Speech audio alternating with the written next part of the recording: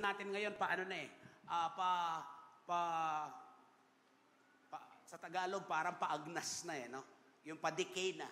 Yung generation natin ngayon. Kasi yung pagpupuri kay Lord at yung mga, and of course, because of the quarantine before, lahat tumawag sa Panginoon. Ngayon na lumuluwag na, dapat gamitin natin yan ng pagkakataon na yan para tayo magpuri, para tayo sumamba sa Diyos. Amen po ba? No, we will not use this for leisure only or pleasure only na pagbigyan na tayo ng Panginoon na meron ng gawain na ganito.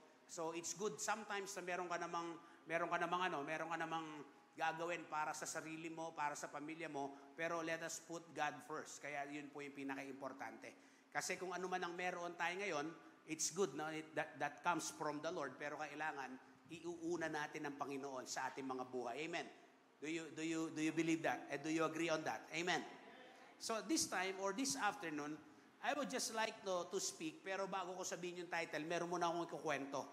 No, I would just like to begin this message with this story. I want you to lend me your ears, no? Pahiram ng inyong mga tenga, mga kapatid, and medyo maingay dyan sa labas, no? At kung pwede pang lakasan ng konti yung volume ko, no, para yung hindi nagpi-feedback, tingnan mo na lang yung EQ, Justin, no? Na para mas marinig ng mga banda roon, okay? Dito okay sila dito eh. Ayan, pero yung banda roon medyo ano sila. Okay? So, meron akong gustong i-share na storya bago yung message natin. Merong top executive na babae.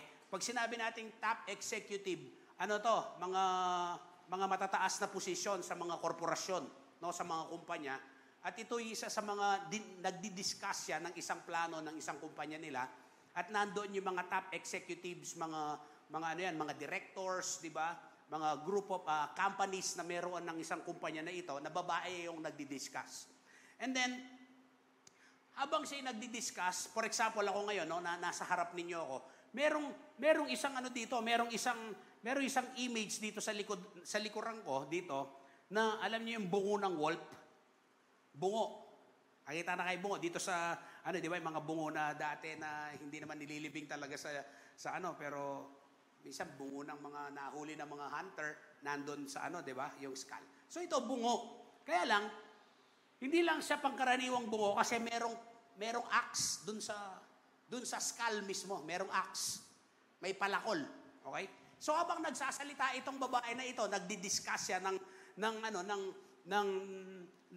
gusto nilang gawin na mangyari sa kanilang korporasyon, sa group of executive dito sa top management ng korporasyon na yan, na kung saan siya kung saan siya kabilang. Tapos yung isa hindi makapokus kasi nga naman, no, hindi siya makapokus dahil nakikita niya yung bungo na mayroong palakol.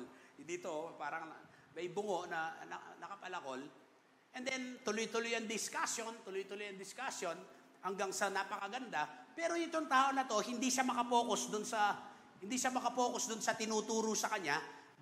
Tinuturo niya or dinidiscuss niya kasi mas nakapokus siya dun sa bungo. No, siguro kung kayo din naman nagtuturo ko tapos merong bungo diyan, tapos merong skull diyan na merong axe, di ba? Parang ano kaya 'yon? Bakit kaya merong bungo doon? Ano kaya ang symbolism nito? Bakit nakaka-distract? Ang laki pa naman, tapos nilagay sa gitna. Hindi na lang kaya nilagay sa gilid. So to make the long story short, natapos yung meeting, nagpaiwan yung isang tao na ito na walang masyadong nakuha dun sa senior nung top executive na babae na ito. Nagpalakpakan sila. Excellent, sabi nila. Magandang presentation, okay, it's achievable, so pwede natin gawin. So to make the long story short, nagpaiwan itong tao na to. Tapos sabi niya, nagtaas siya ng kamay. At sa buong akala ng babae, itong nagdi-discuss, na itatanong niya patungkol dun sa pinag-usapan nila sa executive meeting. Pero ang hindi alam ng babae, sabi niya, ma'am, meron po akong tanong. Sabi niya, ang tanong ko po, bakit po may bungo dyan? Bakit po? Siguro magtatanong siya, iniisip ng babae na magtatanong siya dun sa di-discuss. Tama. Pero ang tinanong niya, hindi dun sa diniscuss, tinanong niya dun sa bungo na nasa likod, na merong axe.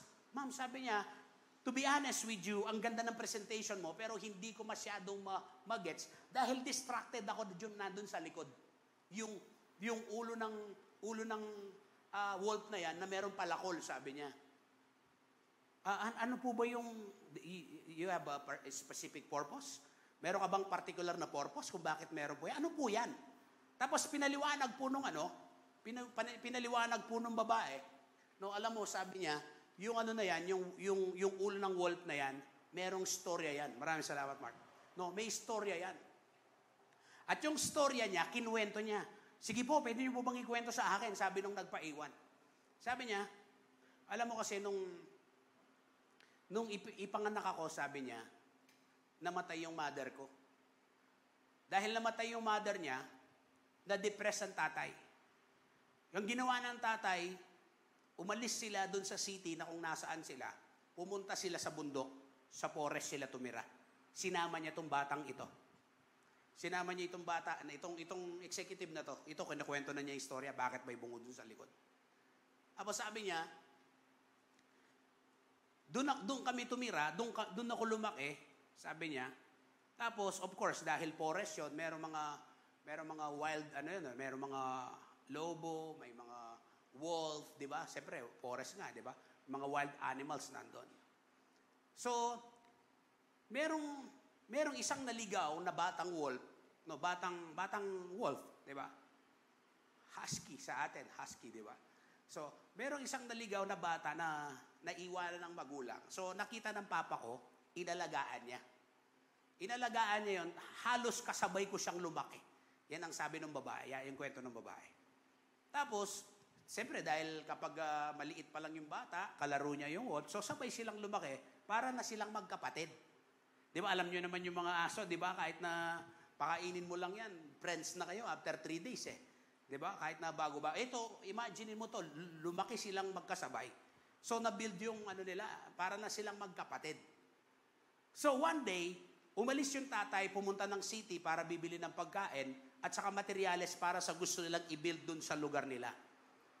Tapos, nung malapit na ang tatay niya, yung father niya, almost, siguro mga 500 meters or almost, mga 800 to 500 meters, narinig niya yung sigaw ng kanyang anak. Actually, hindi pa full grown ito, no? Yung batang ito, no? Kasi nga, ano pa to no? Narinig niya yung sigaw ng kanyang anak na takot na takot. Tapos naririnig niya yung wolf. Naririnig niya yung galit na galit. So, nung pagdating ng tatay, nakita niya ang gulo ng bahay. Sobrang gulo ng bahay. And at the same time, no? Siyempre, unang titingnan ng tatay yung anak. Hindi naman yung mga gamit, di ba? Titingnan niya yung anak. Tumakbo yung tatay, pumunta dun sa kwarto, nakita niya yung wolf, punong-puno ng dugo sa bibig. At nakita niya, kalat yung dugo dun sa kwarto. So ngayon, dali-daling kinuha nung tatay, yung palakol, yung axe.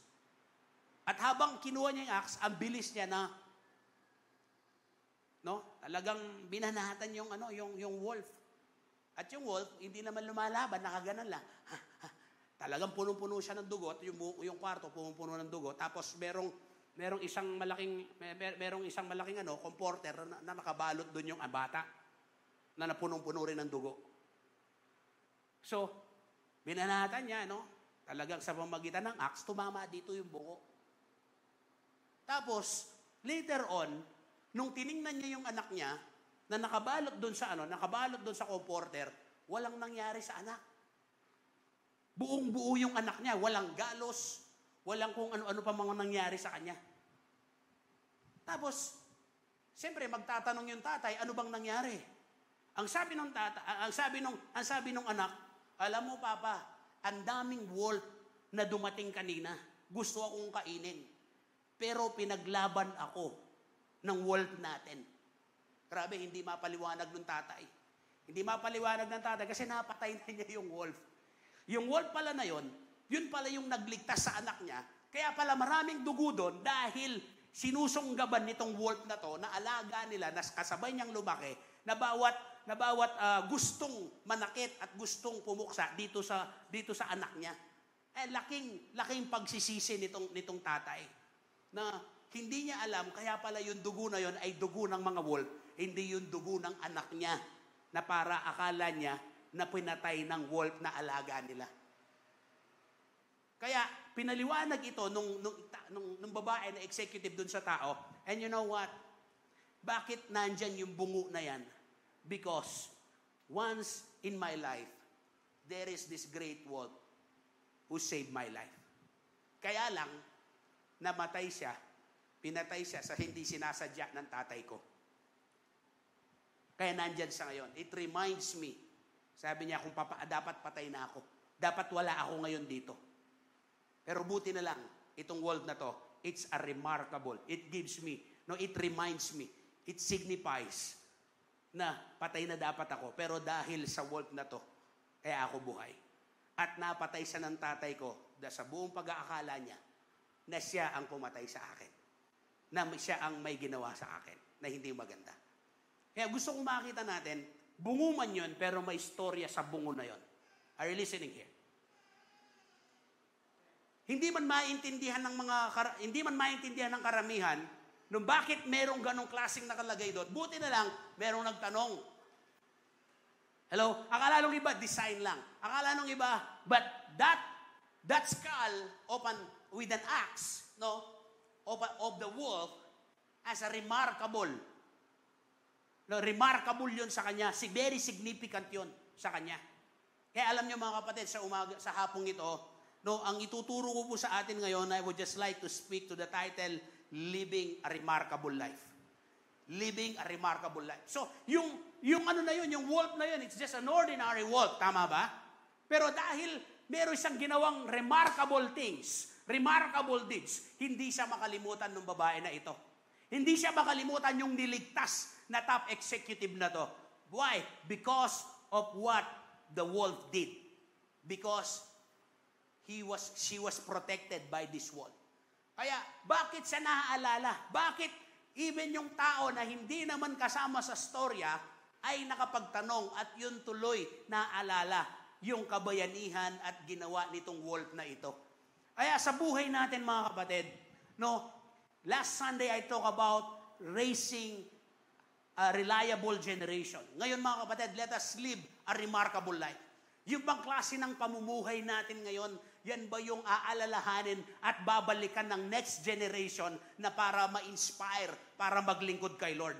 Yan ba yung klase ng buhay na meron tayo? Yan ba yung pwedeng pamarisan ng mga next generation na kung papaano ka naglingkod sa Diyos? Hindi lang yung kung papaano ka umasenso. Hindi lang kung papaano ka nag-disciple. Hindi lang kung papaano, kundi sa lahat ng aspeto ng buhay natin, we should live a remarkable life. Amen?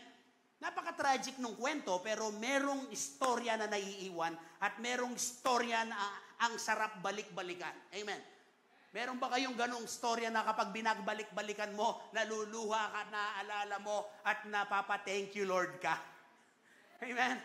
Meron ka bang istorya na ganon? Or mga remarkable days or remarkable na nangyari sa buhay mo, yung kabiguan?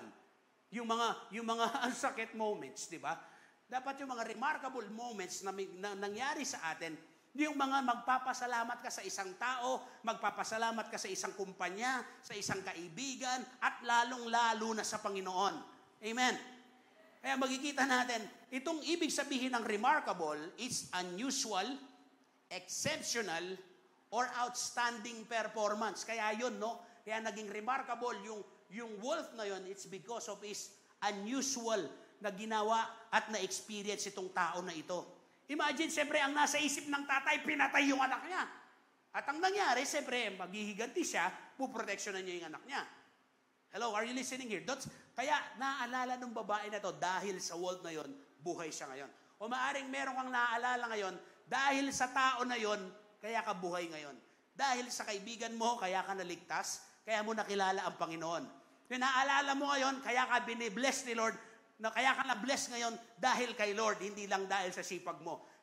Dahil ang daming taong masipag, ang daming taong madiskarte, pero hindi naman pinagpapala. Kaya huwag mong kakalimutan, kapatid, na we should live a remarkable life.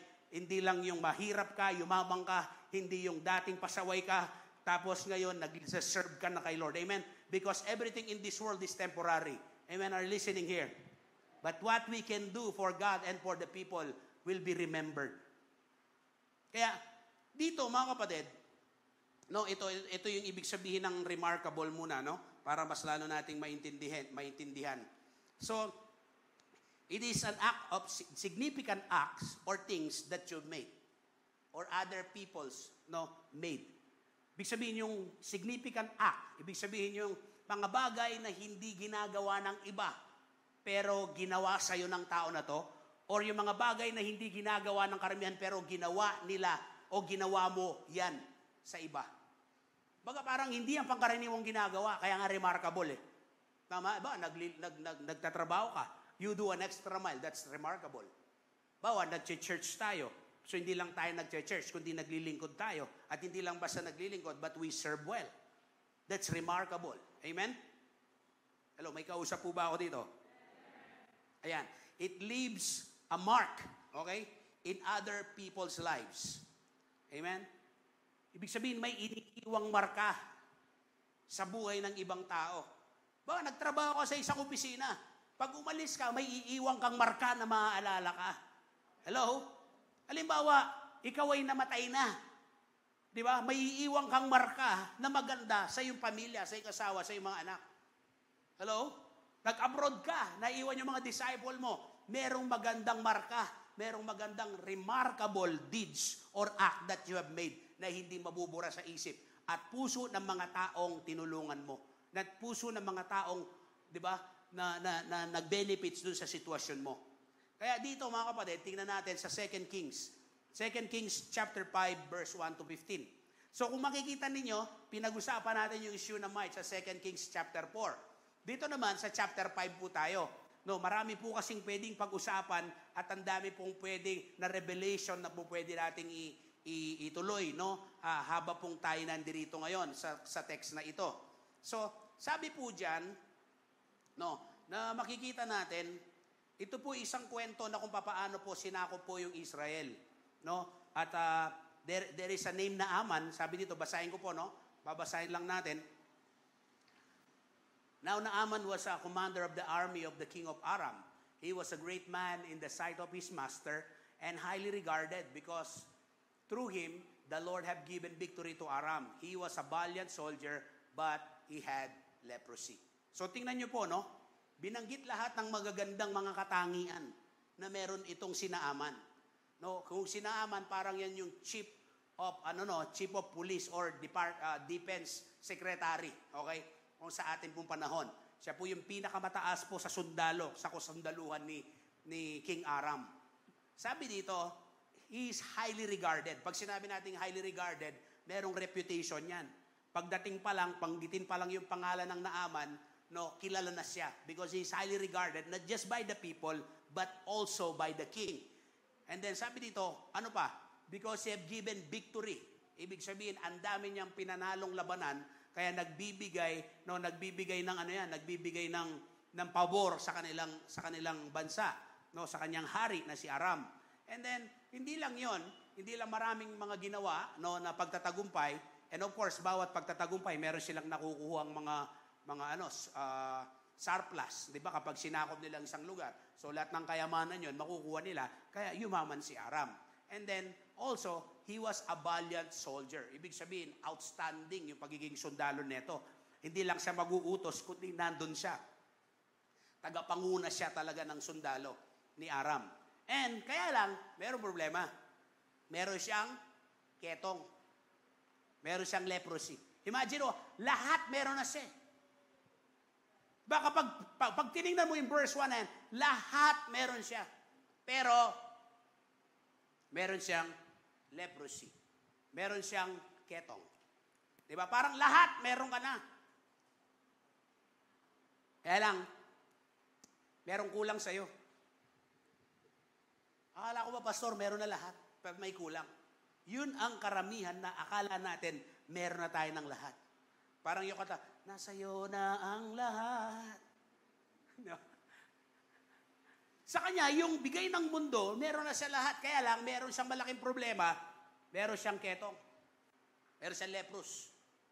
Imagine, kahit ikaw ang pinakamayaman, kung may leprous ka naman eh.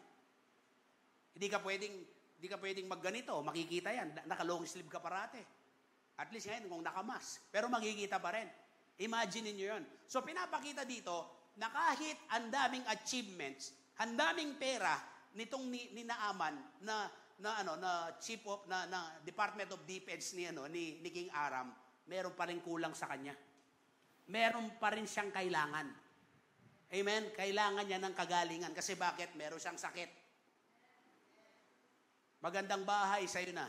Magandang lahat na isipin mo meron. Pero meron kang sakit. Di mo rin ma-enjoy. Let's read on verse 2. Now, bands of raiders for Aram had gone out, have taken captive a young girl from Israel, and she served Naaman's wife. So ito yung gusto kong pag-usapan natin mga kapatid, no? Itong verse 2 na ito, itong young girl. Sabihin natin, young girl.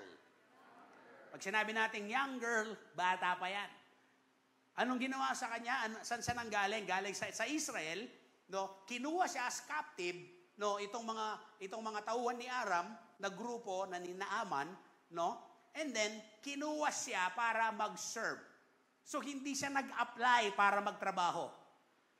Are you getting the point? Sa pilitan siyang kinuha para mag-serve sa king o para mag-serve kay Naaman. Hindi siya nag-apply, hindi siya nag-apply ng trabaho. Pwede kang maging domestic helper dyan sa inyo, Naaman. Nabalitaan ko, malaki kang pagpasweldo. Hindi. Bata pa siya, kinuha siya, binihag siya, and then sa pilitan siyang ginawang servant. So I want you to take note on that. Okay? Imagine yung anak mo, yung wala pang alam, kundi kumain lang, magpabili, mag-order. Di ba? Tapos, biglang kukunin sa'yo. Tapos, aalipinin. Wala silang magawa kasi bakit? Na-captive sila eh. Nabihag sila eh. Kaya, no choice. So, ganitong babae na ito yung pag-uusapan natin. He made a remarkable things. He made a remarkable act. Why? I'm preaching this to you. Bakit ko isinishare sa inyo ito? Kasi bakit? Doon sa ginawa niyang remarkable things. Minsan sa buhay natin, akala natin dahil mahirap ka, dahil low status yung life mo, akala mo hindi mo na kayang gumawa ng remarkable things eh. 'Di ba? Nawalan ka ng trabaho or you are in the lowest position of your life. Akala natin hindi na tayo makakakilos. Akala natin hindi na tayo makagawa ng significant things. But I want you to follow this message, this passage sa kung paano itong babae na to nakagawa ng remarkable things. Paano ito napansin? Paano natin sa pinag-uusapan ngayon? Because of this woman. Because of this young girl, I mean. Okay, let's continue reading verse 3. She said to her mistress, if only my master would see the prophet who is in Samaria. Ito yung sabi ng young girl. Imagine itong young girl na ito kasi alam niya na, siyempre kapag ikaw yung namamasukan dun sa bahay ni Naaman, di ba? Kapag nagtatanggal ng damit siya, di ba? Makisig si Naaman eh. Di ba? Makisig, macho. Pero kapag natatanggal yung mga panglaban niya, yung kanyang kasuotan, may sumasamang balat. Kasi bakit? May leprous eh. Pag tinanggal yung helmet, grabe, no? Muntik lang sumasama yung tenga, binabalik lang. Kasi may leprous eh. Pag tinatanggal yung kasuotan, pag nilalabahan, malamang nitong servant na ito, yung young girl na ito na naging slave, na naging servant, malamang may halong balat yung bawat damit. Kaya alam niya. Imagine mo to, sa tingin ng marami, si Naaman ay maayos. Sa tingin ng marami, si Naaman ay maskulado, ay valiant soldier. Sa tingin, respetado, mayaman, may kaya. Pero sa loob-loob, may ketong. Di ba? Parang tayo, sa tingin ng iba, okay ka. Pero sa loob mo, wala namang ketong. Sabi ng iba, ketong. Wala naman, amen. Tingnan mo yung katabi mo, mukhang wala naman yan talaga eh, di ba?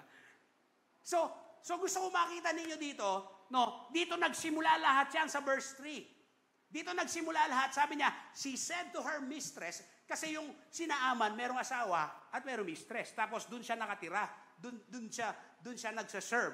Sabi niya, if only my master, sabi niya, kung si Naaman, sabi niya, pupuntahan lang niya yung isang propeta na nandun sa Samaria, alam ko gagaling siya at pagagalingin siya sa kanyang ketong.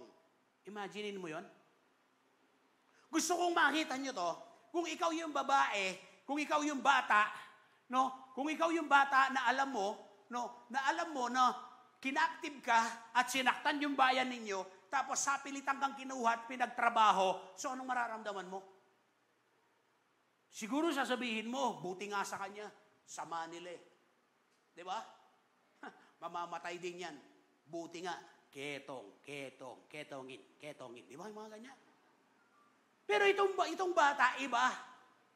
Iba yung kanyang reaksyon, iba yung kanyang puso. Di ba kapag merong gumagawa sa atin ng, buti nga sa'yo, pero ito, iba to. Kaya nga, remarkable yung life niya eh. Hello? Kaya yung buhay niya remarkable kasi bakit? Hindi dahil sinaktan sila at naging alipin siya at ginawa siyang sapilitan, hindi siya nagpadala ng ordinaryong sitwasyon na magkaroon ng sama ng loob, di ba, magagalit sa kanya. Kaya nga remarkable to eh. Kasi bakit? Hindi ginagawa ng karamihan yon. Ang ginagawa ng karamihan, maghihigante. Lalasunin ko nga to para makapagigante. Kinuha nila yung bayan namin, pinahirapan nila. It's about time. Pero iba. Kaya nga remarkable to eh. Tama? Nagkaroon siya ng Alam mo, number 1, if you want to live a remarkable life, you need to have a concern. Sabi natin, concern. So, ibig sabihin, nagkaroon siya ng concern, kaya sabi niya, kung alam lang ni Master Naaman na kapag pupuntahan niya itong propeta na si Elisha, gagaling siya. Dapat itong bata na to, may sama ng loob to. Tama? Dapat itong bata na ito, may hinanakit. Pero tingnan nyo, kaya, pwede mong sabihin, normal lang yun kasi bakit? Sinakop ba naman sila? Ang daming sinaktan. Diba? Ang daming kinuha sa kanila. Pati nga siya nakuha pero ginawang alipin. Pero sa totoo lang, tingnan nyo, no? This young girl, she was driven not by revenge, but by concern and compassion. Amen? Kaya makikita natin dyan, concern is the starting point to have compassion. Kasi kapag wala kang pakialam, hindi mo mararamdaman yung nararamdaman niya. Are you listening here? Kaya gustong magkaroon ng remarkable life, pero wala namang concern. Are you listening here? Si Naaman, lahat meron sa kanya. Buti na lang merong may taong may concern sa kanya. Hindi ibig sabihin yung taong kilala mo, lahat meron na yan. May pera na yan, lahat. Maganda yung bahay, maganda na lahat sa kanya, pero hindi lahat nasa kanya. Kaya ito nakita niya. Kailangan niyang gumaling. Kawawa siya. Kailangan niya puntahan yung propeta ng Diyos. Kailangan niya puntahan si prophet ni Elisha. Sigurado gagaling to. Kaya, she's not motivated by revenge. She's motivated by concern. And concern is the starting point of having a compassion. Kaya, marami mga tao ngayon, puno-puno na sama ng loob kaya hindi makaahon dun sa kinalalagyan. Ito, meron na siyang karapatan eh. She has all the rights to be bitter. Tama? Hindi man ito nag-apply at minaltrato eh. Di ba? Kusa siyang kinuha, bata pa eh. Sino po dito yung nagtrabaho na sa abroad? Sino po dito yung nakipagtrabaho? Di ba kaya ka na nga nagtrabaho kasi gusto mo magtrabaho. Ito hindi naman nag-apply eh. Sa pilitang kinuha at pinagtrabaho, bata pa. Why she was able to live a remarkable life? Number 1, because she has this concern. Amen? Number 2, meron siyang compassion. Alam niyo yung compassion, no? Yan yung nararamdaman mo kung anong nararamdaman ng iba. At nagsisimula ngayon, sabi ko, sa concern. Subukan mo, kapag wala kang concern, wala kang compassion. Yung compassion kasi, that's the ability to feel what others feels. Amen? Kailangan nating maintindihan, mga kapatid, no? Sometimes, God cannot use us because we lack concern and compassion. Hindi tayo makagawa ng mga remarkable things sa buhay natin kasi wala tayong concern. Basta isip natin, basta ako ganito. Hello, are you listening here? Ganito ang nararamdaman ko. Ganito ang gusto kong gawin. Nasaktan ako eh. Bakit mo ako sisisihin? Hindi mo ako masisisi kahit sa reaction ko na ganito. No. If you want to live a remarkable life, concern is number 1 and it should be followed by compassion. Amen, yung mararamdaman mo eh. Di ba, mararamdaman mo na kailangan nila si Lord. Hindi revenge. Amen? Nagkaroon ng compassion ito habang siguro habang naglalabas siya tapos nakikita niya nakahubad na yung di ba? Kasi magpapalit ng damit, di ba? Nakikita niya siguro yung upper body, grabe si sir, kawawa. Tingin ng iba sa kanya, ang galing. Pero kawawa. Siguro pag nakikita niya nangangate, no? Siguro hindi alam kung pwedeng 10 ang kamay ni para makati niya lahat Di ba? Imagine mo ba naman? Di ba? Wala man namang nagka-lepros dito, pero malamang makati yun, tapos naagnas. Imagine mo yung discomfort na meron siya. Are you listening here? Kaya instead na mangibabaw yung galit sa kanya, mas nangibabaw yung compassion sa kanya. Hello, are you listening here? Kaya yan po, kung gusto nating magkaroon, maging remarkable yung life natin, we should be driven by concern and motivated by this compassion na meron tayo ngayon. Kasi hindi lang dahil sa trabaho, sa pamilya, sa ating generation ngayon, mga kapatid. Hello? Kaya kung gusto nating mawin ang mga pamilya natin, ito unang-una concern. Tapos magkaroon tayo ng compassion.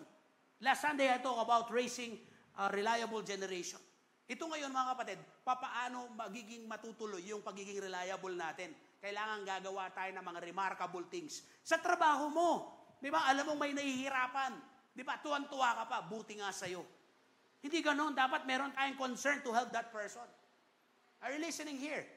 Kapitbahay mo, kaibigan mo, kasama mo sa cell, leader mo. Alam mong meron siyang struggle. Alam mong nahihirapan siya dyan. Di ba? Kailangan tulungan mo siya. You should have a concern and compassion to help that person who needs help. Because one day you will be needing help. The Bible says, what you sow, you will reap. Are you listening here? Kaya tandaan natin, hindi dapat nawawala yan yung compassion sa puso natin.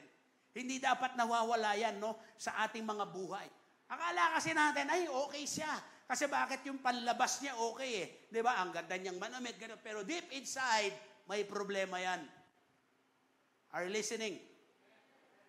At kaya, ang nakakaalam na may leprous itong sinaaman, unang-una, yung asawa niya, yung alipin.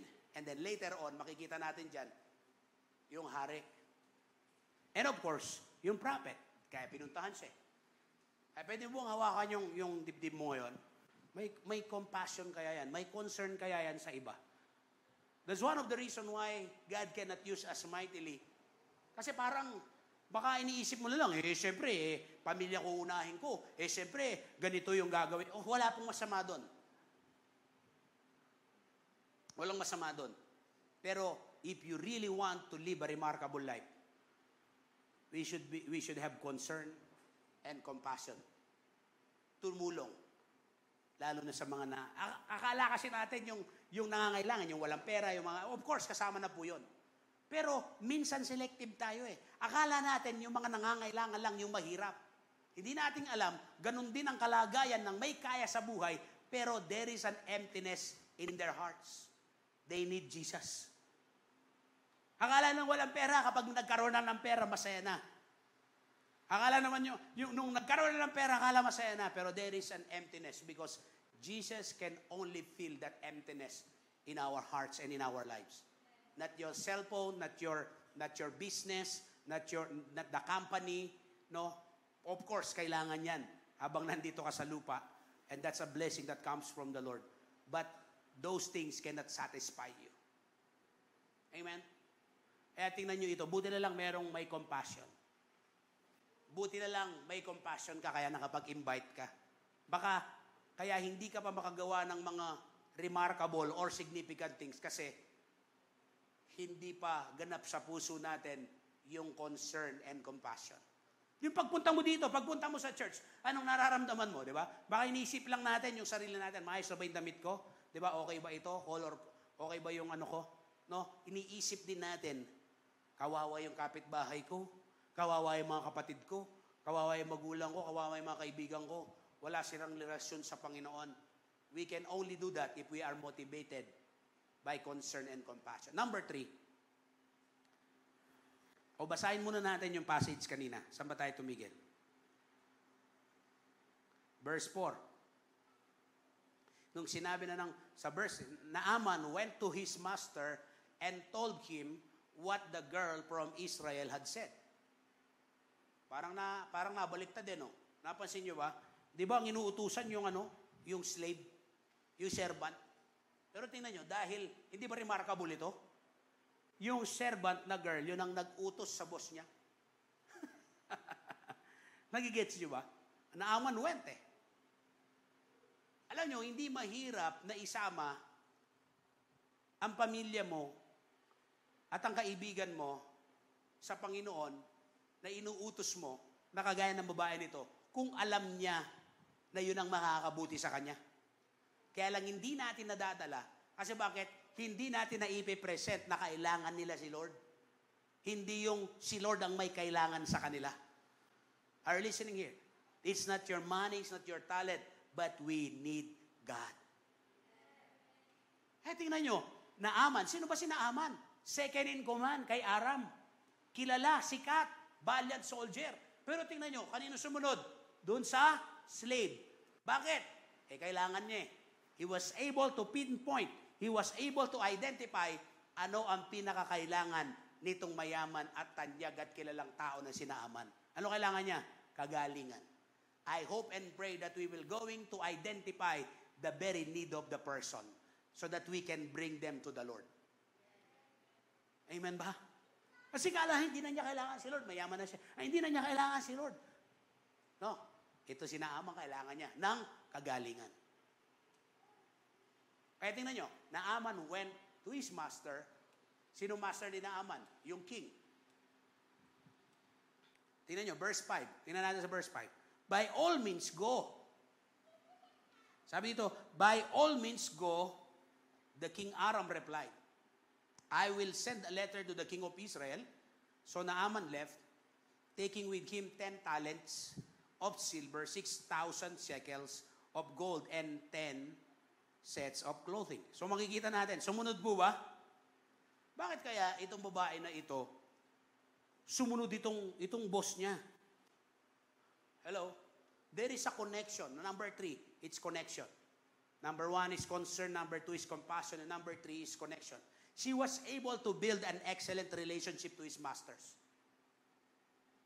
Sa palagay mo ba maniniwala yung boss mo, boss niya, si Naaman, tsaka yung mistress, yung asawa ni Naaman, kung hindi nakapag-build ng strong connection or excellent relationship tong babae na ito?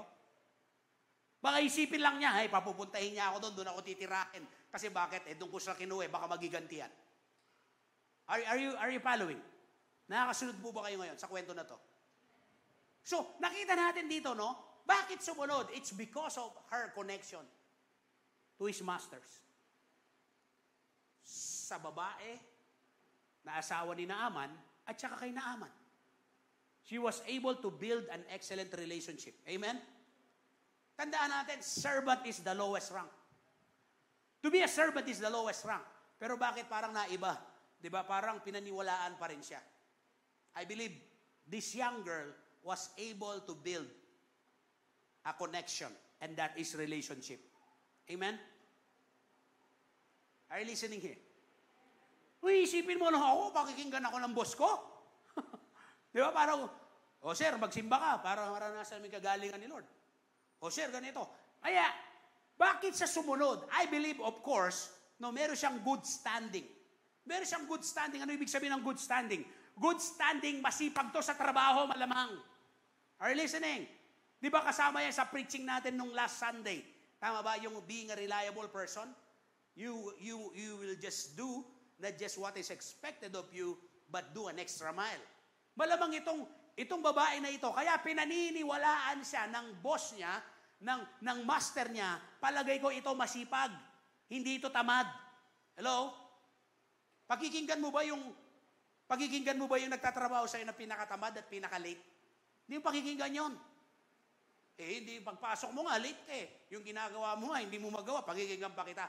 I believe this young girl was excellent in doing his job. Baka yan nag-uusap yan. Imagine mo, kabata-bata, marunong maglaba. Imagine, sarap magluto. Imagine mo, napakagalang na bata. She was able to build a connection to them. Hello? Tingnan nyo itong connection na to. It speaks of relationship. If you want to build a remarkable life, you must be good in building relationship. Diba? Don't burn bridges. Huwag mo sunugin yung mga tulay. Tama ba? Kasi that is your connection. One day you will meet that person again. Kaya ito, tingnan nyo, bakit siya pinaniwalaan? I believe, maayos siyang magtrabaho, kaya maganda yung relasyon niya sa amo niya. Di ba yan ang unang-unang in-expect ng boss mo? Magtrabaho ka na maayos para magkasundo kayo. Pero gusto mo mag-demand, tapos hindi ka naman nagtatrabaho ng maayos, do you think bibigyan ka ng pabor? Do you think papakinggan ka ng kumpanya? No, hindi. Why this young slave girl was able to convince his master? Because he was able to build an excellent relationship that connects them. A connection. Amen? Naintindihan po ba natin yung pinag-uusapan natin ngayon? Amen. So let's continue reading. Sa anong verse na tayo?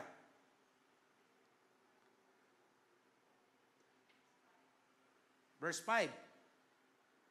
O verse 6 na tayo kasi pinadalan na siya ng meron ng letter galing sa hari, tapos may pinadala na siya ng mga pera. Pinadala na siya ng maraming di ba? Ayan yung 10 talents of silver, 6,000 shekels, ang dami. And of gold, 6,000 of shekels and gold, and 10 sets of clothing. Tingnan nyo, ganong kalupit. Pinabaunan itong sinaaman para ibigay doon sa propeta. Kapalit ay kagalingan. Tingnan natin sa verse 6. The letter that he took to the king of Israel, sabi dito, Israel read, with this letter, I am sending my servant Naaman to you so that you may cure him of his leprosy. Tingnan nyo Sino ang sinabi ng babae na magpapagaling sa kanya? Prophet Elisha. Pero tingnan nyo yung letter, kanino naka-address? Sa king of Israel.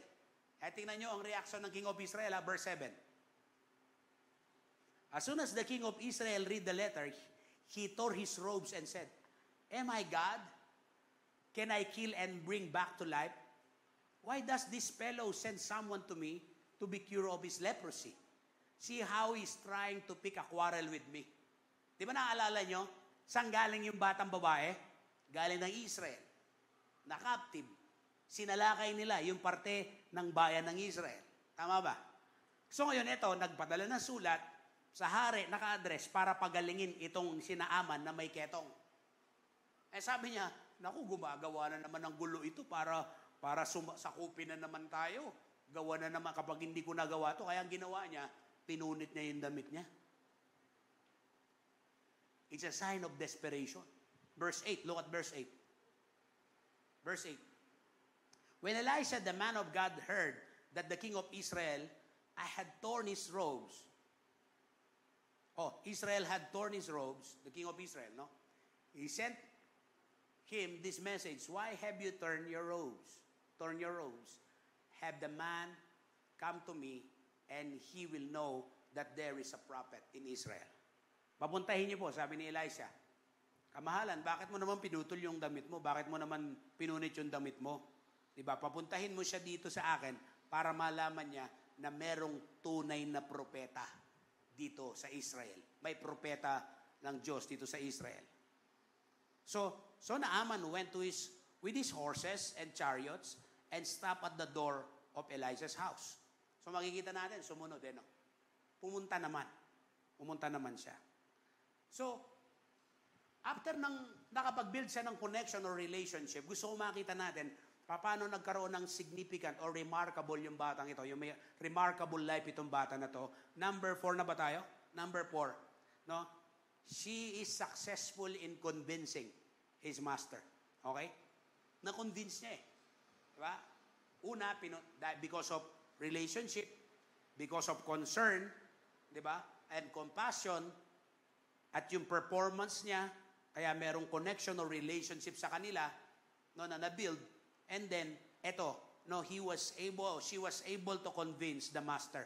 Kaya sabi ng verse 4, Naaman went to his master, which is the king. And then sabi ng verse 5, by all means, go. Sabi niya. So, pumunta siya. Pinuntahan nitong Naaman yung sinasabing propeta. Kaya lang, gumawa ng letter yung hari, di ba? Pumunta, si Aram na gumawa ng letter para sumulat dun sa hari ng Israel. Pero alam naman natin yon, if you are in the authority, that's a protocol. Okay? Hindi ka basta-basta pupunta doon kung di kakausapin mo yung pinakamataas na head. Kaya takot na takot tong hari ng Israel. Sabi ni Prophet Elisha, papuntahin niyo po siya dito. And then pumunta naman si Naaman. Pumunta naman si Naaman sa kanya. Okay? Tapos, tingnan niyo yung nangyari. Let's continue reading. Sa verse, ano na tayo? Verse 9. Sabi dito, So Naaman went with his horse and chariots and stopped at the door of Elisha's house. So pumunta ba?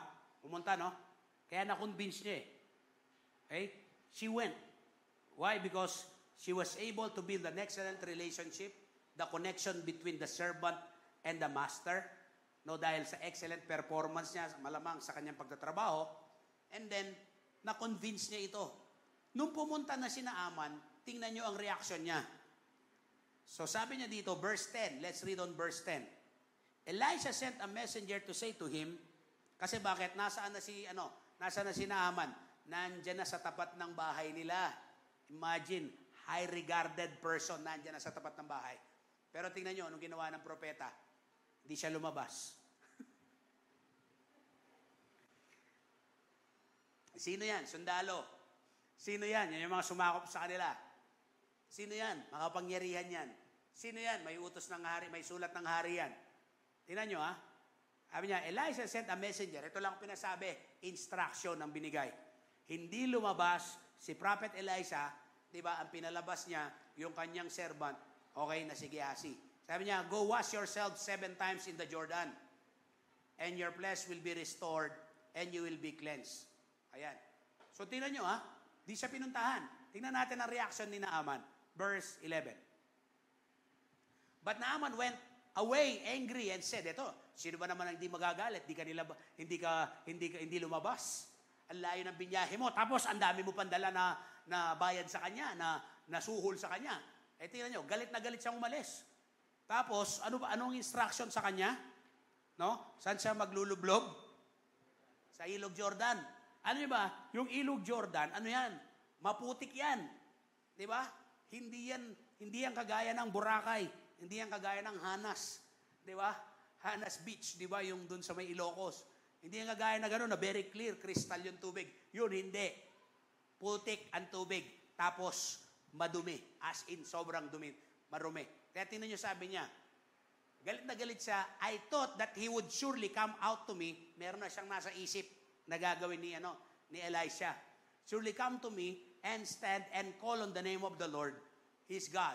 Wave his hand over the spot and cure me of the leprosy. So meron na siyang iniisip. Aba, siguro ang gagawin niya, magsasala muna. Sige, nasan yung ketong?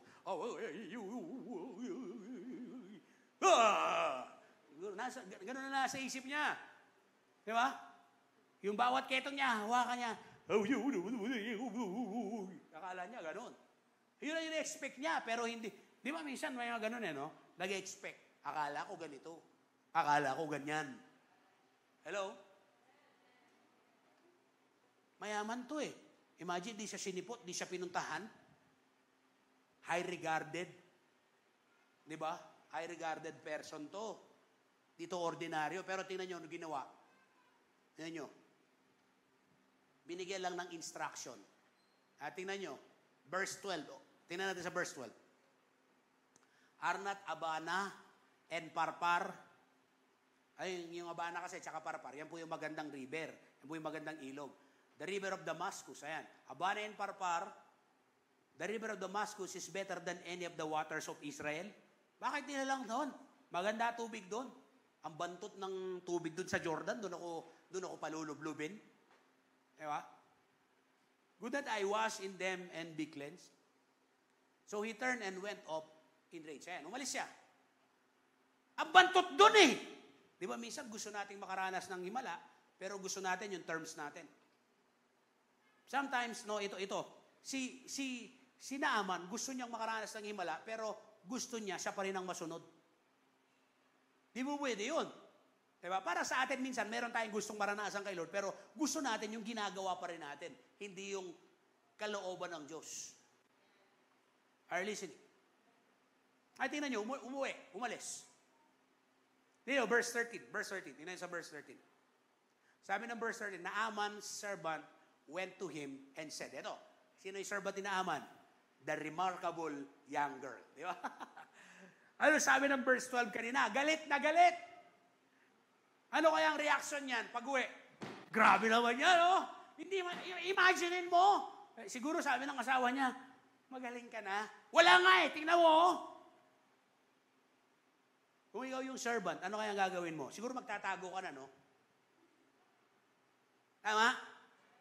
Pero remarkable talaga to eh. Yung ordinaryong servant, manginginig na sa takot, magtatago yan. Oh, Diyos ko yan, gumaling ba siya? Tingnan mo. Ay na si Sir, grabe, galit na galit si Sir. Sir, galit na galit. Di ba yung mga ganun? Pero tingnan, ano reaction ng bata? Remarkable talaga eh. Tayo, ang reaction natin pag ganoon, magtatago eh. Yari na ako nito. Di gumaling. Galit na galit si Sir. Tingnan mo yung kabayo niya, oh. Grabe. Pinalo niya, may latay. Tingnan mo. Pagbukas pa lang ng pinto, di ba? Hindi na binuksa. Sinipa na yung pintuan eh. Di ba?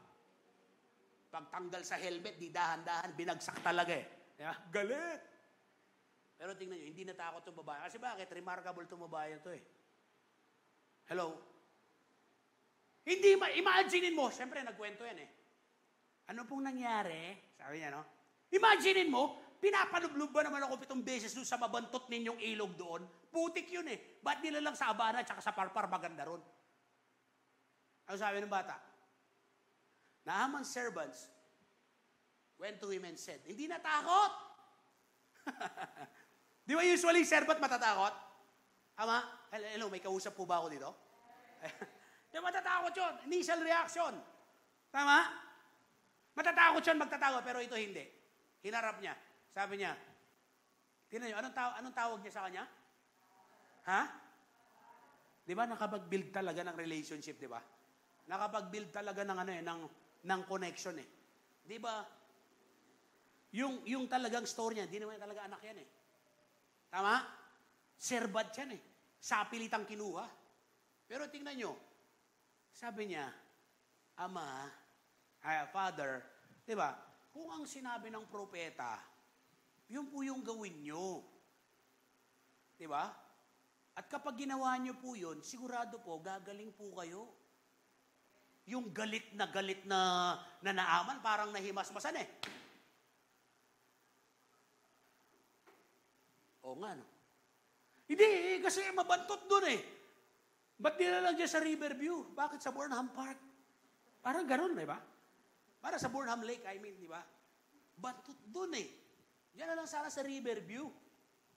Kung kaya man lang sa Puuten. Yan mga resort natin dyan, di ba? Pero ito na yun, Ama, kung yung sinabi ng propeta, dahil gusto mong gumaling, sigurado naman gagaling ka eh. She was able to convince. Sabi natin, convince. Di ba? She was able to convince his master Naaman to go back again. Hindi sa Riverview, hindi sa Puuten, di ba? Kundi sa ilog Jordan na maputik, na marumi. Alam nyo, it takes not just conviction or it takes conviction to convince this. Alam nyo mga kapatid, imagine mo, galit na convince pa rin niya. Di ba remarkable itong bata na to? Di ba pag galit na yung boss mo, hindi ka na makakibo? Yari na. Huwag ka na magsalita. Gusto mong mabuhay pa. Gusto mong papasok ka pa bukas. Huwag ka na magsalita, pare. Pero ito sabi niya, Tay. Hindi mo sinabi, Master! Hindi niya sinabing ganon. Malamang ang sinabi niya dito, yung magandang panahon, Tay, ano ba naman? Di ba, sabi ng propeta, pumunta ka doon. Di ba? Na-convince niya eh. And number 5, no, it takes courage. Sabihin natin courage. Ayan. So, hindi lang dahil na-convince, hindi mo mako-convince yan kapag wala kang courage. Kapag wala kang tapang. Tama ba? If you are this slave, kung wala kang tapang, hindi mo masasabi 'yon. Kung wala kang guts, hindi mo masasabi yan. Amen ba? Are you listening here? So, kailangan may tapang. Di ba? Kasi hindi niya makukonvince basta-basta yan kung tumahimik na lang siya. Di ba, sir? Sabi naman, ganito po. Tumigil ka nga! Baka gaganon yung boss niya eh. Baka gaganon si Naaman eh. Di ba? A servant has no guts in speaking, di ba? In protocol. Alam niyo ba, yung servant, walang karapatan yan magsalita kapag di sila tinatanong. Kapag nagtrabaho kayo sa Middle East, naiintindihan niyo yung ibig ko sabihin. Kapag nanonood kayo ng mga pelikula na sa Middle East o kaya yung mga kingdom movie, wala kang karapatan nakakausapin mo yung master mo, yung boss mo na hindi ka kinakausap kasi pwede kang patayin. At saka yung slave nung araw, hindi ka gaya ngayon. May SSS, di ba? Yung mga nagkikipamasukan. May SSS, di ba? Yung mga naglalaba kayo, sasabihin nila, meron po ba kayong washing machine? Di ba? Automatic po ba yan o manual? Iba na ngayon. Noon, hindi. Kapag binili mo yung slave na yan, pag-aari mo yan. Para lang siyang cellphone at gadget. Ganun po yun. Kahit ngayon sa Middle East, ganun. Kaya kinakawawa nung mga nakaraan, na mga nakaraang storya ng mga pumupunta sa Middle East. Kaya kapag gumawa, parang aso lang o parang hayop lang na pinapatay. Kasi bakit ganun ang mindset ng mga taga Middle East? Na kapag meron silang slave, meron silang helper, ang tawag sa kanila, alipin. Kaya ito, tingnan nyo, it takes courage to do that. Tapang ang kailangan para bagawan itong babae na ito. Kaya tingnan nyo, no? Na-convince na eh. Kaya dapat makita natin dito, your position should not limit you. No? Yung position natin, hindi yan ang dapat ang maglilimita sa atin para hindi tayo magamit ni Lord. Amen? Huwag mong isipin na, mahirap lang, ganito lang. No. Don't limit God because He is unlimited. Your lowest position is not God's limitation for remarkable purposes. Amen? Ulitin ko yan. Your lowest position is not God's limitation for remarkable purposes in your life. Minsan kasi ang baba ng tingin natin sa sarili natin eh. Kaya hindi mo mawin yung boss mo, hindi mo mawin may-ari ng kumpanya, hindi mo mawin yung mga kaibigan mo na sabihin mo na mas mayaman sa'yo. Ang inisip lang natin na ito, mahirap ito, kailangan natin to. Di ba, kailangan nila si Lord. Kapatid, mahirap, mayaman, average, kailangan nila si Lord. Kailangan natin ng Panginoon. Amen po ba? I'm not saying, kasi minsan namimili tayo eh. Di ba? Hindi tayo dapat mamili. Di ba? Lahat kailangan maligtas.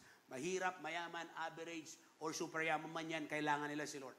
Don't look down on yourselves. Because even this young slave girl was able, to do a remarkable things in his generation, in his life.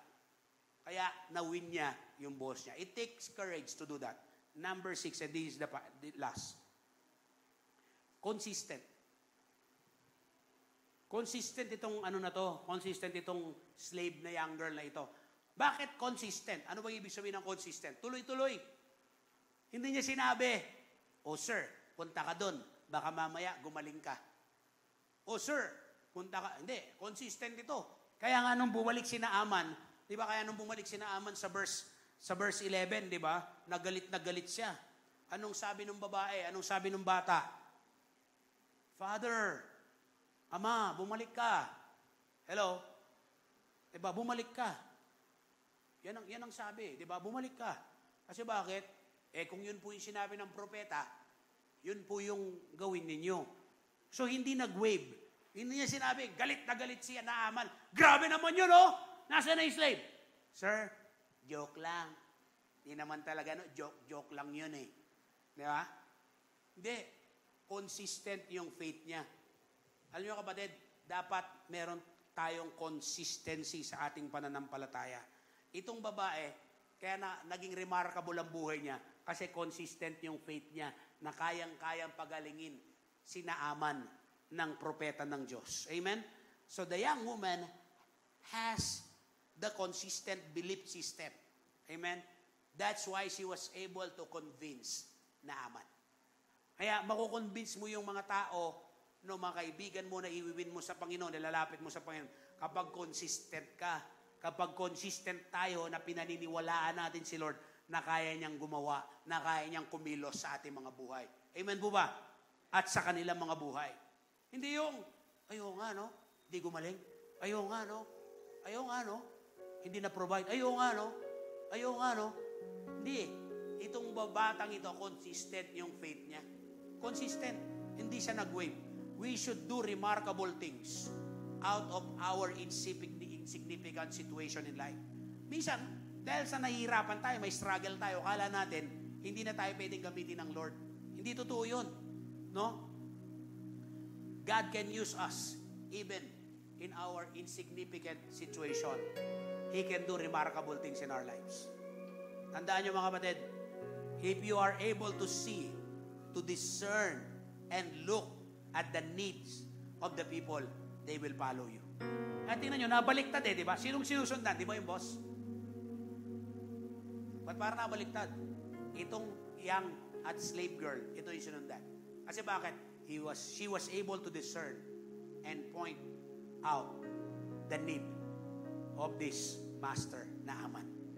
Kaya mga kapatid sa atin, no, nag-submit Nung una ayaw kasi bakit? Hindi sanay na sumusunod Sanay siya yung sinusundan. Tama? Official siya Siya sinusundan. Tapos ang matindi, sanay lang siyang sumunod doon sa hari. Maliban sa hari, wala siyang sinusundan kasi bakit? Mataas ang posisyon niya tingnan nyo, sabi ng propeta, maglublubog ka doon sa Jordan. Anong nangyari sa kanya? Dahil sa consistent yung faith ng batang ito, she was able to convince Naaman to go sa mabantot, maputik, at maruming ilog Jordan.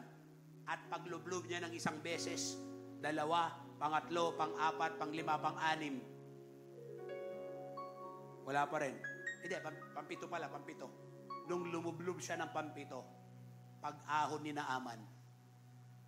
Tingnan natin yung passage. Tingnan nyo, anong nangyari sa balat ni Naaman? Verse 14. So he went down and dipped himself in the Jordan 7 times, as the man of God had told him. Tingnan nyo, minsan may instruction ng man of God sa atin Pero minsan ayaw natin gawin.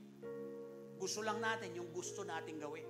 Kaya walang himala Walang himalang nangyayari sa buhay ng isang tao kapag sinusunod pa rin niya yung gusto niya.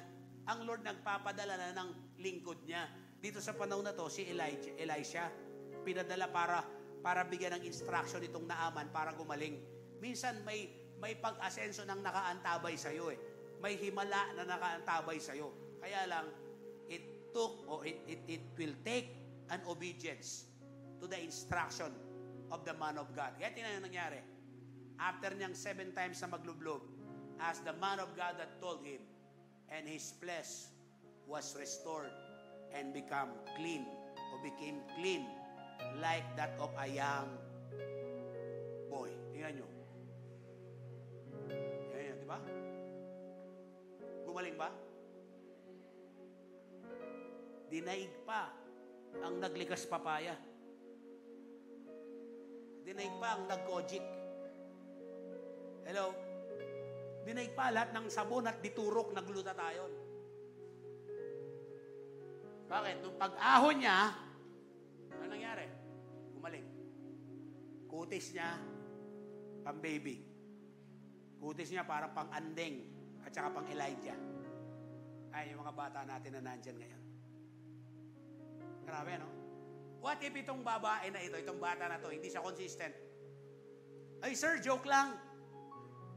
Ay, sir, baka naman. Baka naman kasi, sir, hindi, consistent siya. Pagagalingin po kayo. Dapat ganun tayo, consistent tayo sa pananampalataya natin Minsan na ilalagay tayo sa isang sitwasyon na alanganin. Hindi ba alanganing sitwasyon yon? Sa sobrang init ng ulo si Naaman, pwedeng patay na niya yung bata Pinagod-pagod mo ako. Nakakaya sa hari. Tapos nung nandun ako, hindi man lumabas. Hindi man lumabas yung propeta na sinasabi mo. Nandun ako sa tahanan nila Andun siya. Imaginin mo yon. Pagbubutok nga talaga butsi niya. Pero, ang matindi rito, yung babae, yung young girl, consistent yung faith niya. Minsan sa buhay natin, gusto nating meron tayong maranasan, pero kapag merong sitwasyon na alanganin, may matinding trials, may matinding pagsubok, umaayaw tayo. Kaya, this young slave girl was able to experience, was able to have made this remarkable sa buhay ni Naaman. Do you think makakalimutan ng ni Naaman itong batang to? All of his life, nagpatingin siya sa mga doktor, sa albularyo, lahat na po pwedeng makapagpagaling sa kanya, pero walang nangyari. Sino nakapagpagaling sa kanya? Ang Panginoon, at ang ginamit niya yung propeta na si Elisha. Alam mo, si Lord may gagamiting tao eh. Hindi naman direkta si Lord sa'yo eh. Minsan ganon, pero kadalasan may ginagamit si Lord na tao para gamitin, para gumaling ka, makaranas ka ng himala at restoration sa buhay mo. Naaman experience physical healing and spiritual healing. A change of heart. Alam niyo ang nangyari sa end niyan sa verse 15? Now I know, sabi niya, merong isang tunay na Panginoon ng Israel. Ayan o. Then Naaman and all his attendants went back to the man of God. He stood before him and said, now I know that there is no God in all the world. Tingnan nyo, kahit yung Diyos ni Aram, hindi na yun ang Diyos niya. There is no God in all the world except in Israel. Ayan nyo. At ang matindi, nag-offering ba yan, no? Please accept now a gift from your servant. Hindi man sinabi na, gumaling ka, magbigay ka. Hindi.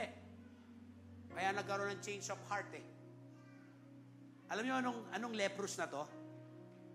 Maaaring wala kang leprosy ngayon. Pero yung leprous kasi, ang problema ng leprous, unti-unti niyang kinakain yung balat. No, unti-unti niyang kinakain at nabubulok hanggang sa matanggal ang tenga, ang ilong, no, yung flesh natin. Alam niyo, parang ganyan din ang ganyan din ang ginagawa ng kasalanan. Di ba? Paunti-unting kinakain yung passion natin sa Panginoon. Paunti-unting kinakain yung desire natin sa Diyos Kaya pansinin mo, wala ka nang ganang mag-church.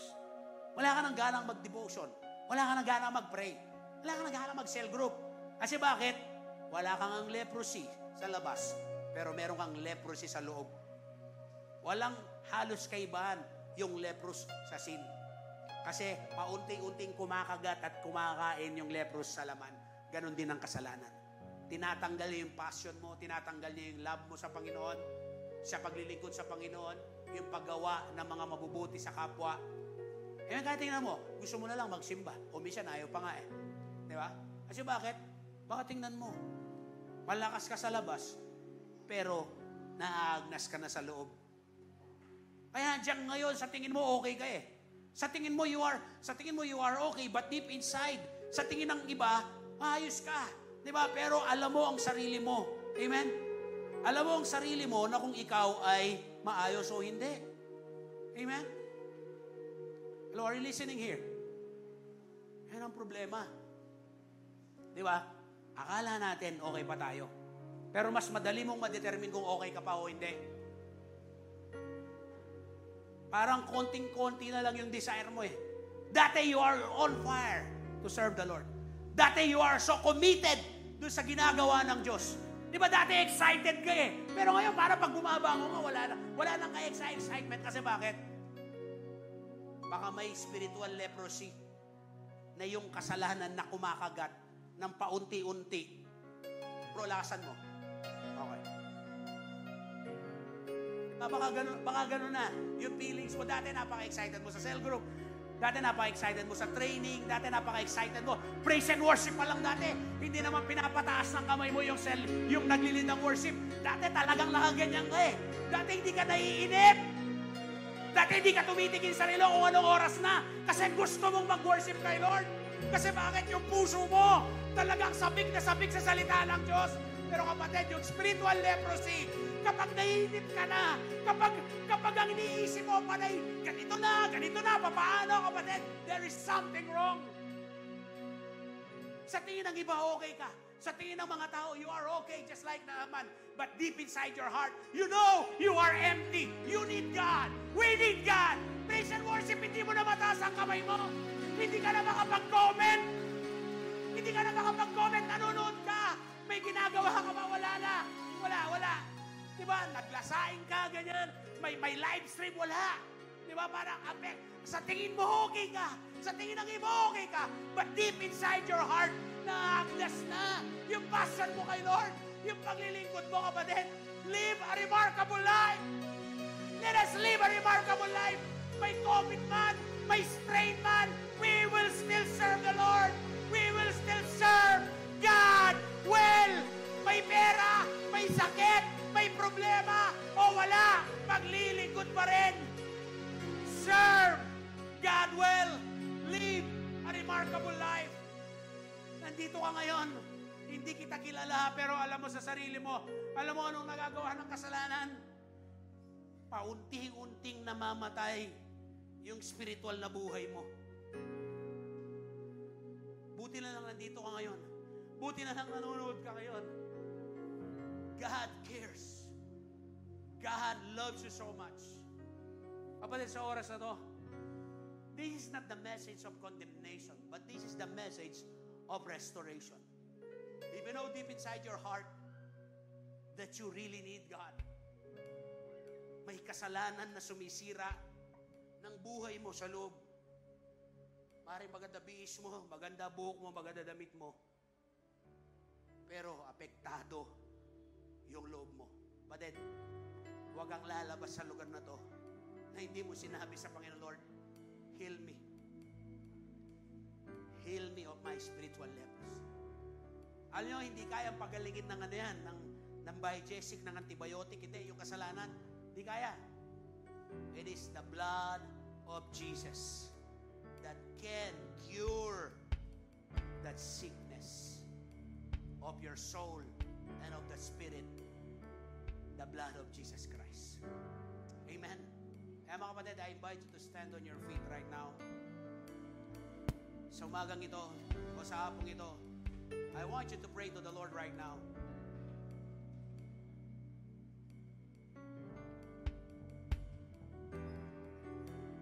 I want you to close your eyes to the Lord. Say, kapatid, mag-pray ka. Don't go out to this place. Yes, Lord. Hallelujah, hallelujah, hallelujah, hallelujah. Hallelujah, Lord Jesus. Hallelujah, hallelujah, hallelujah. Yes.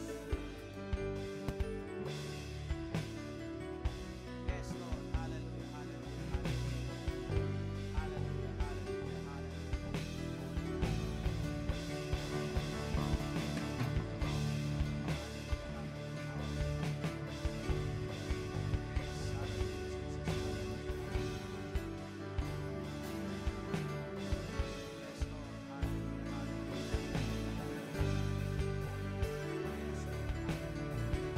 Aalis sa lugar na to na alam mo na hindi natin ni Lord.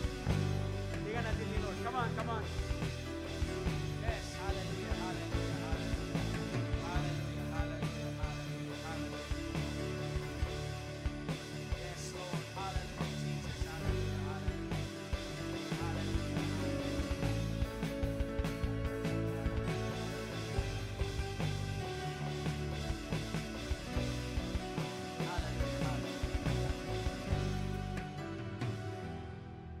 Si Naaman, sa tingin ng mundo, okay siya. Meron na siya lahat. Yan ang tingin ni Naaman. O yan ang tingin ng tao kay Naaman.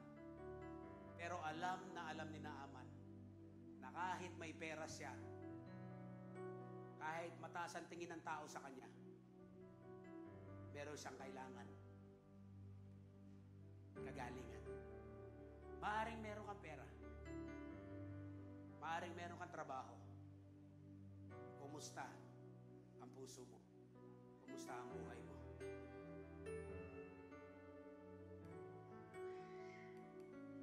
Maaring kagaya tayo ng isang babae na ito. Isang slave girl na ito.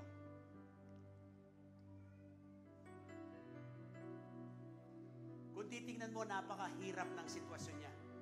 Paano pa siya makakagawa ng remarkable things Alipin nga siya. Alipin siya. Look at what this young girl did. Not just a young girl, but a slave. She was driven by concern that leads to having a compassionate heart, connection sa kanyang relationship. He functioned very well sa kanyang trabaho. And he was able to convince yung master niya. And she is so courageous. That's why na-convince niya yung boss niya. At tuloy-tuloy, consistent yung pananampalataya niya. Kapatid, you can live a remarkable life. Pwede. Ito nga, ang baba ng buhay niya eh. Status ng buhay niya eh. Nakagawa pa siya ng matinding bagay. Ikaw kaya, hindi ka naman alipin eh. Ang taas ng pinag-aralan mo. Ang dami mong alam. Malaya ka. Taas ng posisyon mo. Nilagay ka ni Lord sa ganyang aspeto ng buhay mo ngayon. Gamitin mo yan to live a remarkable life. Concern sa iba. Compassionate sa iba. Amen? Pag-build tayo ng relationship, dalhin natin sila sa Panginoon. Amen? Let us have that. No, we can convince them, bring them to the church, bring them to the Lord. Amen? It's not yet too late. It's not yet over. We are almost puno na dito sa lugar na to. Buti na lang, dinadagdagan na yung di ba? From 30 to 50%. Thank God for this place na medyo malaki. But sabi ko nga, one day this place is too small for us. Sino excited? Nagagawin natin ang Sunday service natin. Gagawin natin ang Sunday service natin dun sa Convention Center. Okay ba yun? Okay ba yun? Lahat ng naniniwala ka magpalakpakan mo si Lord. If you believe that. Amen? If each and every one of us will going to live a remarkable life, it is possible. Imposible na gumaling to eh. Imposible na pakinggan to eh. Pero ba't pinakinggan? Remarkable yung buhay niya eh. Come on everybody, raise up your hands. I will pray for you. And those who are watching on live stream, raise up your hands. So itaas po natin ang ating mga kamay. Panginoon, sa hapon pong ito, kung paano, Panginoon, ang young slave girl na ito, na ginamit mo, she possessed that character of a remarkable woman. Father, I pray, ang aming mga buhay, Panginoon, gamitin mo sa aming kapanahunan. Kahit mahirap ang sitwasyon ng babaeng ito, kahit mahirap ang sitwasyon at pinagdadaanan namin, Lord, we will not allow that oppression. We will not allow that depression. We will not allow that discouraging moment na kami ay matulog, na kami ay walang gawin. Kagaya ng babaeng ito, Panginoon, ng batang alipin na babaeng ito, she was able to live a remarkable life. Lord, I pray, every person in this room, Lord, I pray, Panginoon, they will live a remarkable life. Amen. Come on. Come on, declare. Come on, I will live a remarkable life in my generation. Come on, pagditin mo yan. I will live a remarkable life. Come on. Come on, say this with your own words. Lord, I will live a remarkable life. Come on. Sige, sabihin mo yan.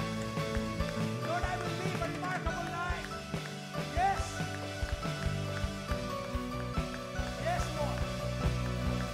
Thank you, Jesus. All the glory and honor belongs to you.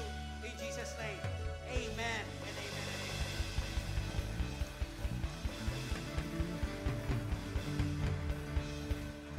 Amen. You may be seated for a while. Alam niyo po mga kapatid, itong si Naaman, nakahanda. No, kaya nung gumaling siya, ang ginawa ni Naaman, ibinibigay niya yung offering niya no? Tayo kaya nakahanda na sa ating pagbibigay sa Panginoon. No, ngayon po, since meron po tayong social distancing, kaya inilalagay na po yung mga envelope po dyan. But it doesn't really mean na sa pilitan po ang pagbibigay. No. Don't misinterpret those chairs. Ginawa lang po natin ngayon yan dahil po meron tayong situation na para sa social distancing. Kaya pag upo po ninyo, meron pong envelope dyan. Okay? Pero it doesn't really mean na kailangan mong bigyan yan or ano. But if you want to be blessed, the principle of Luke 6:38, diba? Give, and it will be given unto you. Good measure, pressed down, shaken together. Kapatid, I'm telling you, diba? God's principle of prosperity, no, will going to lift you up on the poverty, on your poverty. Kaya yung prinsipyo na tinuturo ng Bible, when you return your tithes and give your offering, no, and some of you are already give your first fruit, at kung hindi ka pa nakakapagbigay, then give it to the Lord. Then, the rest of the 11 months of your life will be protected by God. Amen? So, God will going to rebuke the devourer. Amen? And God will going to protect you. God, yan ang sabi ng Bible. Amen? No? God will bless us, no? With beyond measure, yun sa mga bagay na ibinigay ng Lord sa atin. Mga kapatid, sige po yung ating mga ushers, nandyan po sa gilid, you can give. You can return your tithes and give your offering to the Lord, or even you can plant a seed. Those who are watching on live stream, meron po tayong dyan, yung account po ay ilalagay po dyan sa screen para sa online bank transfer po natin. Meron pong BDO account dyan at saka po GCash. No, i-screenshot nyo lang po yan, tapos i-send nyo po doon sa page po ng TrueVine na kung saan po kayo nanonood ngayon. Amen? Okay, sige po, you can give. Then after that, we pray.